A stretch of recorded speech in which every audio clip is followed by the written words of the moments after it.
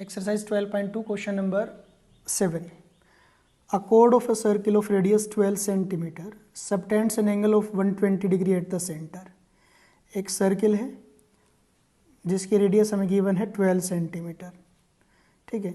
उसमें कोई एक कोड है, वो कोड जो है वो सेंटर के साथ में 120 डिग्री का एंगल बना रहा है। तो ये आपका कोड मान लेते हैं, ए बी कोड है, सेंटर हो गया ओ, इसने यहाँ पर आपका जो है एंगल बना दिया 120 डिग्री का। इसकी रेडियस हमें गिवन है 12 सेंटीमीटर, ये भी हमें गिवन है 12 centimetre. Find the area of the corresponding segment of the circle. Corresponding segment का मतलब होता है माइनर सेगमेंट। इसका एरिया हमने फाइंड आउट करना है।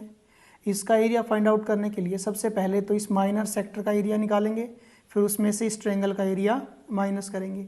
अब इस ट्रायंगल के बारे में थोड़ा सा हम डिस्कस कर लेते हैं। देखिए, इसको अलग से हम यहाँ पर एक फिगर बना लेते हैं। ये ए बी है, ये ओ है, ये 120 डिग्री का एंगल था आपका, ठीक है। हमने क्या किया, यहाँ से एक परपेंडिकुलर डाल दिया नीचे ऐसे इस ए बी के ऊपर, ये 90 डिग्री का एंगल हो गया।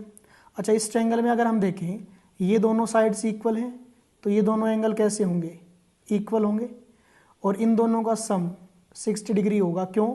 क्योंकि इस ट्रायंगल में तीनों एंगल्स का सम 180, जिसमें से ये 120 है तो 60 बच गया।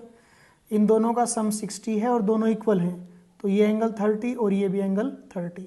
यहाँ हम लिख सकते हैं ये 30 डिग्री हो गया और ये भी 30 डिग्री। इस पॉइंट को हमने नाम दे दिया एम। अब हमारा काम है कि एक बार ओ एम फाइंड आउट करेंगे, जो कि हाइट का काम करेगा इस ट्रायंगल के लिए, और फिर हम ए एम फाइंड आउट करेंगे और एम बी फाइंड आउट करेंगे, ठीक है।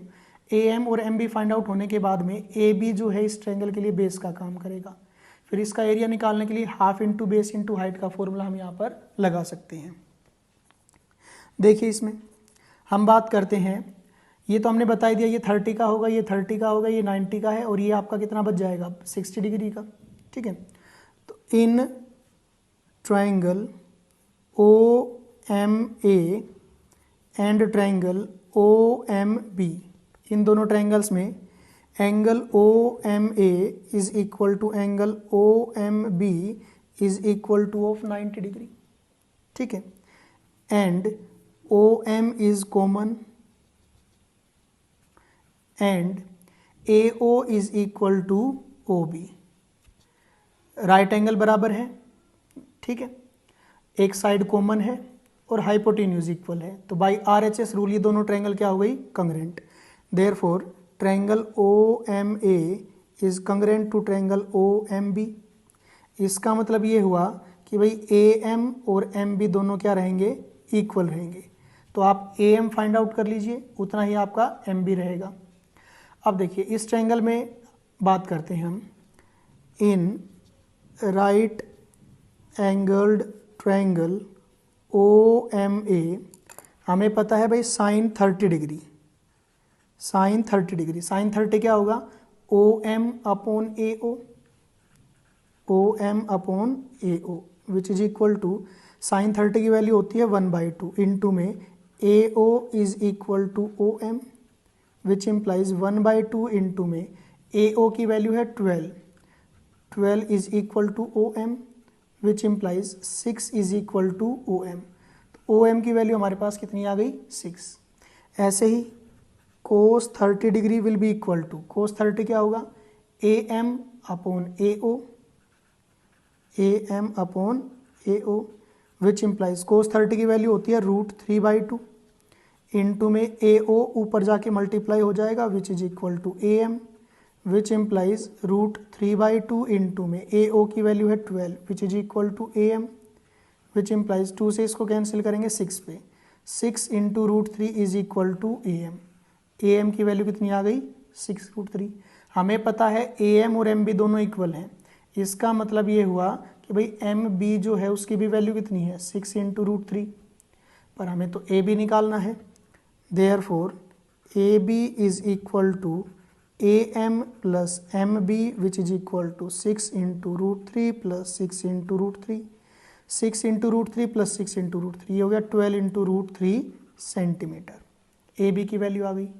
हम फाइंड आउट करते हैं area of the triangle O A B, area of triangle O A B which is equal to half into base into height, which is equal to half into में base कितना है देखिए A B की value है 12 into √3 into में height की value O M की value है 6, 2 से इसको कैंसिल करेंगे 3 पे, 12 इंटू 3 36 इंटू √3, 36 इंटू में √3 की वैल्यू हमें गिवन है 1.73, 36 इंटू √3 करोगे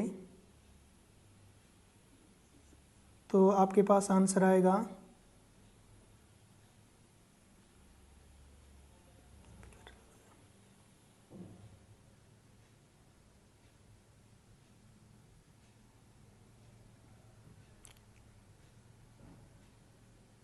62.28 सेंटीमीटर स्क्वायर। ये तो आ गया इस ट्रायंगल का एरिया। अब फाइंड आउट करते हैं इस सेक्टर का area. Area of minor sector, formula हमारे पास होता है थीटा अपॉन 360 इंटू में पाई आर स्क्वायर।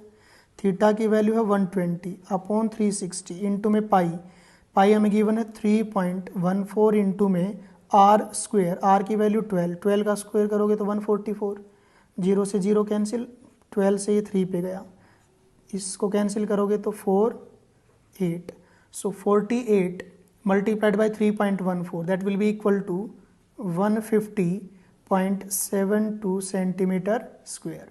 पर हमें तो कोरस्पॉन्डिंग सेगमेंट का एरिया निकालना था।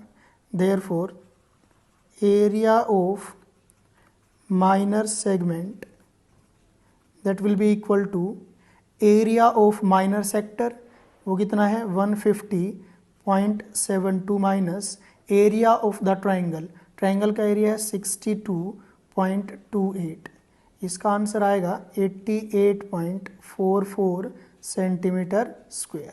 करके देख लेते हैं 150.72 उसमें से माइनस करना है 62.28, यहाँ पर कैरी, यहाँ पर ये 12 हो गया, 4 हो गया, 6 में से 2 गए 4, यहाँ पर 10 में से 2 गए 8, यहाँ पर रह गया 4, 14 में से 6 गए 8, ये आपका आंसर हो गया।